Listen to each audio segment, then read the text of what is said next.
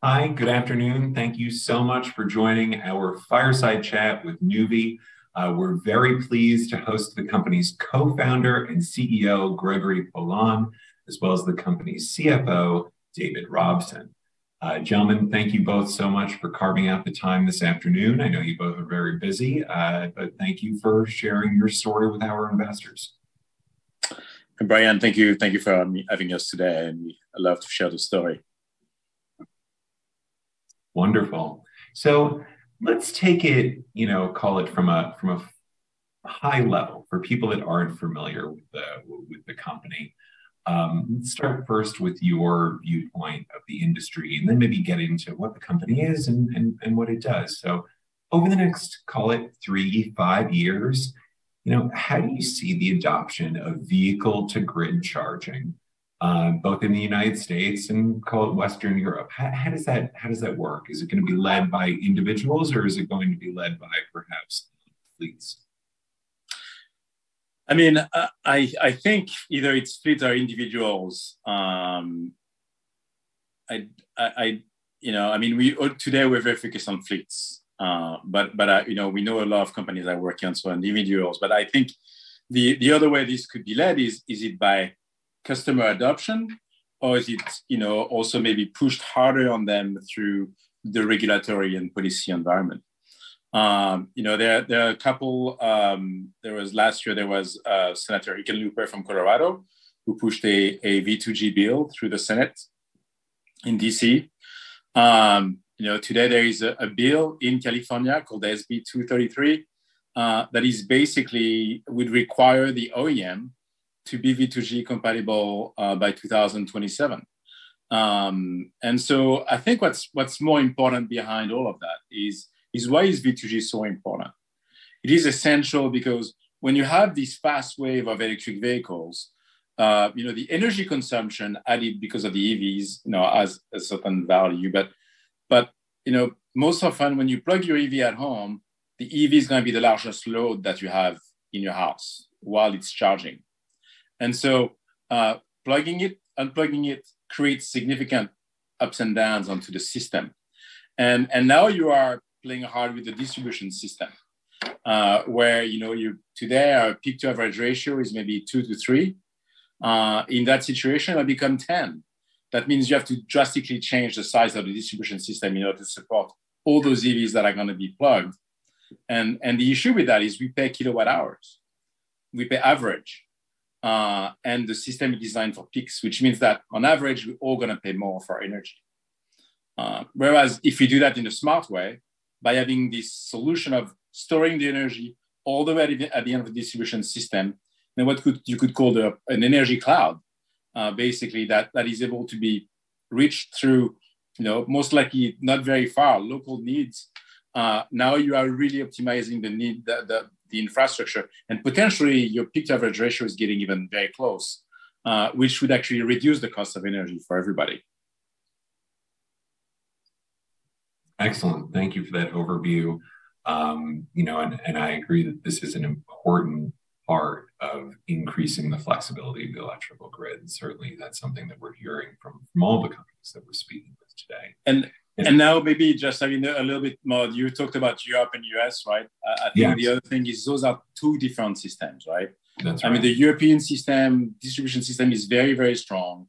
And people are maybe less scared very often about it, which could be a threat also, right? Because you expect everything's going to be fine. And then at some point, no, it's not fine.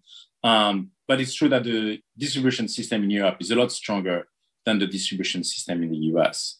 And so in Europe, it's really based more on how do you keep everything balanced? And obviously, with the war and the energy crisis, how do you keep the cost of energy stable? How do you put more renewable? Those are a big subject. In the US, I think it's really about how much it's going to cost to upgrade the grid in order to get all those EVs plugged. And one last thing is on this one is Norway is really the future, right? So we should all turn ourselves to Norway because they have a high penetration of EV at the consumer level, and that's really where we can learn. And they went away. Hydro has been the way they generate and balance the grid. And now they are finding the limit of that. and they need to bring more faster system because hydro is great, but it's not fast enough to respond to people that are plugging and plugging their EVs. Yeah, that's what's really exciting about this stage in call it developing the next generation of the grid, because so many countries, so many regions are doing it differently, that you get to see what's working and what's not working in real time and take those best practices, right? So at least I think we're in for a rapid stage of improvement here because there's so much experimentation. And just to your point, this is exactly why our strategy from the beginning has been to have a multi-continental approach. That's why we are in Europe. That's why we are in the US and in Japan. Yeah, no, absolutely. So let's talk a little bit about your company, drill it down there. What are your products? What are your goals? What are your benchmarks? And I guess maybe you can speak a little bit about your very deep relationships in the school bus market. Yes. So, at the core of it, right, Nuvve is a technology company and a grid service company, right? We are aggregating assets and we are providing them to the system at different level of the system, either at the ISO or the distribution level, also saving energy, save energy costs behind the meter. And so that's really the core of it. We launched a commercial operation in 2016 in Denmark in partnership with Nissan and NL. And there we really focused on light duty fleets. So Nissan Leaf, ENV200. And this has allowed us to build a strong understanding of the system. In this case, we were providing the charging station, but we're not involved in any way with the vehicle. We were just providing a service to the fleet owners, making sure their vehicle are charged, making sure that we are also protecting the battery, and then also participating into frequency regulation over there. FCR, N, and D, which allowed to generate about $2,000 per Nissan Leaf per year over the last 6.5 years. Then in the US here, we decided that we saw the medium heavy duty segment was growing a lot faster than the rest. And so in 2019, we started to work with some partner, and obviously the school buses came up very early in that process. And so that's how we started to build a relationship with Bluebird, and then later on with Lion. And really what our decision in the school bus business was, this is really a key segment for us. And so we feel like we need to go all the way in because, this is everybody understands this is a great case for a vehicle to grid. Everybody drives by a school bus depot and see all those yellow buses parked all the time. And therefore, everybody understands that, hey, while they are parked, they could do a lot more, especially if you have those big batteries inside them. So that's why we decided in this case to really go all the way through and going from, setting one charging station and then providing the vehicle to grid services to setting 10, 20, to transforming a whole parking lot with what we are doing with Troy and Illinois, or also to finance the vehicle, which is why we've set up Levo with our partner from Stone Peak. So indeed, in the case of the school bus, we are a full player that can bring, each solution to the needs of each school districts. We're very strong with school districts in general. If there is one thing that is standard about the school bus business is that nothing is standard, right? If you go to a school bus manufacturer, you'll see they have like 3,000 SKUs because each thing is driven by the states, by the choice of the school, so there are so many parameters. And that's true also about how the schools work. And so we've been very focused on that. We knew also that there will be a lot of push from the government, and this way the EPA came in. We had applied last year with quite a few schools for the EPA. The initiative was supposed to be $500 million, and then the EPA decided to release $1 billion. And so we are in the process right now of helping the school districts that are one with us. We're also working with some other school district that apply on their own that want us to help them. Also some fleet ones that want us to help them. So this gives us just a gigantic range of opportunities also into the school bus business and some acceleration, which is happening right now. And again, I think that the difference between, for example, the school bus business, where we are now we are really acting kind of like a CPO, basically, right? At Nuvve, we don't really want to be a CPO, but in that segment, we think it's so important that we have to do it. We are happy to partner with anybody who want to work with us. But we also need to hold our destiny in our hands. In the long run, I don't say that this is what we would be doing, but in the short run, this is what we are doing. Compared to this other deal that we announced fairly recently with Circle K, in which case they take care of installing all the charging stations, and we just come on top of it and be the energy management platform. Are you familiar? You're familiar with the Circle K announcement? Yes, of course. But for people that are new to the story, it would be great if you touch that. Yes, absolutely. So Circle K is a large owner of gas stations around the world. They own 14,000 gas stations around the world. They are very forward-looking. They are headquartered in Norway. So, they are facing some changes in their business, in their core business, in their own territory. And so they have to be at the forefront. And so they started to roll out charging stations on their gas station sites, 8, 10, 150 kilowatt, 250 kilowatt charging stations, and some stationary storage as well, and sometimes also some solar. So they are taking care of rolling all that out. And now it's a question of how do you optimize the cost of serving those customers in terms of the cost of energy?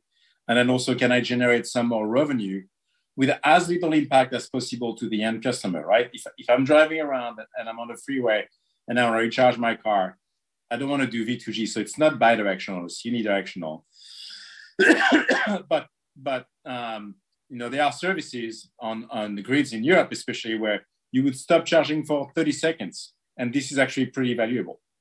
And so that's this kind of service, this synchronization, right, between the grid and fulfilling the needs from the drivers that are on the road, that are providing some value and helping them reduce the total cost of ownership of their asset deployments, especially at such an early stage. So we're starting with Northern Europe, Norway and Denmark, but no, the goal is to work and expanding across all the territories. Yeah, I think it's very poignant that you bring up the Norwegian model. I guess, what do you think needs to happen here for, call it, municipalities that own bus fleets or cities that own bus fleets to really embrace vehicle-to-grid charging and to really embrace electric buses? Is it a manufacturing problem? Is it a demand problem? How do you see that accelerating in the next few years? I mean, you see, we have a few issues, right, that have been, the wind has been blowing against us, right? The inflation, the cost of the parts issues, all those things have been creating significant slowdown in the adoption, right? The government is supporting the school buses, which is great. This is where we are now. Maybe a little bit less on the other applications. I think the other thing, even we've seen that in the EPA deployment, right, is that there was a lot of money to cover the cost of the buses, and the cost for the charging station infrastructure is about $20,000. But when you have when you want to put a 480 volt charging station, like let's say a 60 kilowatt, you have some upgrades that could be significant in terms of cost. And so those were not included. And even if you don't do it today and you say, hey, I'm only going to put 20 kilowatt charging stations, at some point you're going to have to go through those more significant upgrades, right? So this is an issue more related to the strength or the weakness of the distribution system in the US. And people potentially are scared about the fact that they have to pay for all these upgrades. I think an alternative that you see in some cases is to bring more and more, generation storage combined with a load on a single site. This might be a better way for the US, right? Where you have those island of powers that are kind of as sustainable as possible. They all remain very well connected. But a lot of it would go into saving, right? Saving the cost of energy and avoiding having to pay all those investments into the infrastructure that people don't manage. And we see really that this idea of controlling some local generation, some local storage, having some type of local loads, and some V1G and V2G infrastructure combined.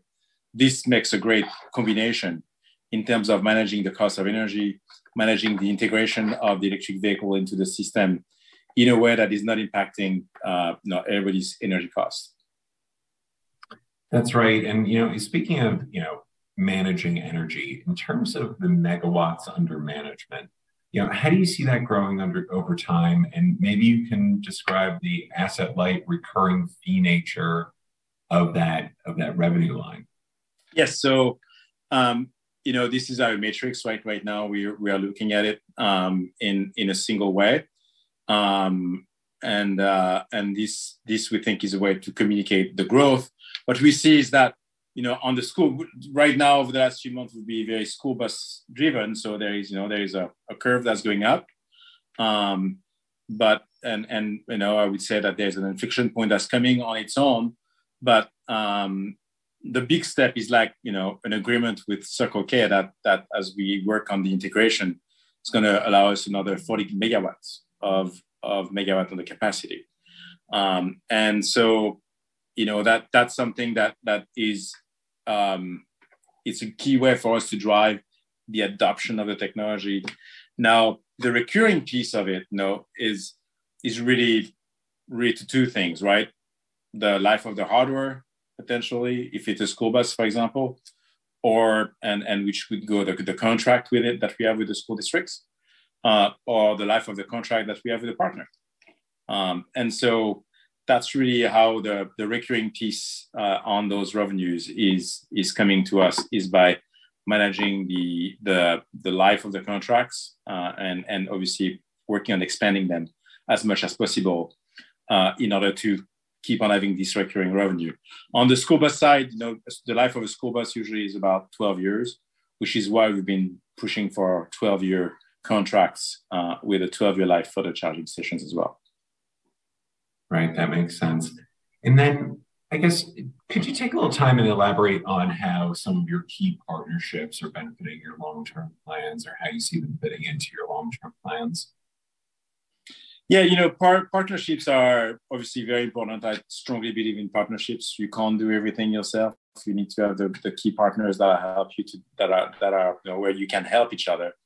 On the other hand, you see that in this situation, everybody is trying to. There is still like a chaos a little bit, right? Everybody is trying to do many things, whereas we've been super focused on what we are doing, and we are staying the line. The way I described it, the school bus business, we went out of the line because we think it's essential. Anywhere else, we really just want to be the energy manager on top of everything. And so we're going to stay there with our partners. We obviously some long-term partner like Bluebird or Lion, some newer ones like BYD. I mean, on the overall, following what I was describing earlier, the V2G interest is growing every day. And I think if there is one thing that is sure, is that we're still the only one recognized as, we are the V2G player. We are the only one that can do fast control of the charging station second by second. We are the one that can do the aggregation piece. And then we're also willing to take the risk. And we are doing that because we're able to do all the forecasting with our AI platform, that it is allowing us to establish the amount of capacity that are going to be available region by region in order to build it across a variety of energy markets. Excellent. Well, this, I think, has been a great use of time. I'm sure our audience enjoyed it as much as I did. And as we approach the end of the call, perhaps you could just leave us with one thought that you want investors to take away about Nuvve. I guess if they remembered one thing, how would you describe the future of Nuvve? Yeah, I mean, I think if there is one thought, is really think about all those EVs that are going to be on the road, and look through your windows and look at those cars. The day those are electric, think about the strain that is going to create onto the electric system if there is not a smart solution to integrate them. And that's going to come fast, right? Those transitions are usually happening in a 10-year timeline. And now we've been in maybe for 4 years. So, maybe over the next 9 years, you'll be at 95% of sales will be electric, which means all the cars you see on the road will be pulling on the grid very, very hard. And if you don't do anything, the cost of energy will become prohibitive for everybody. It's important to think about the integration today and to think about it in a way that is not reactive, but proactive, and at a pace that is much faster than utilities in the past have had to react to things. Because this window I'm talking about, you can look at, there are charts that are showing those transitions. 10-year cycle, that's what happens, and we already started. The clock is ticking. We need to go forward fast. Excellent. Well, on that note, thank you, gentlemen, very much for your time this afternoon, and we look forward to having you again in the future. Thanks, Brian. Thank you, Brian. Thank you. Bye-bye.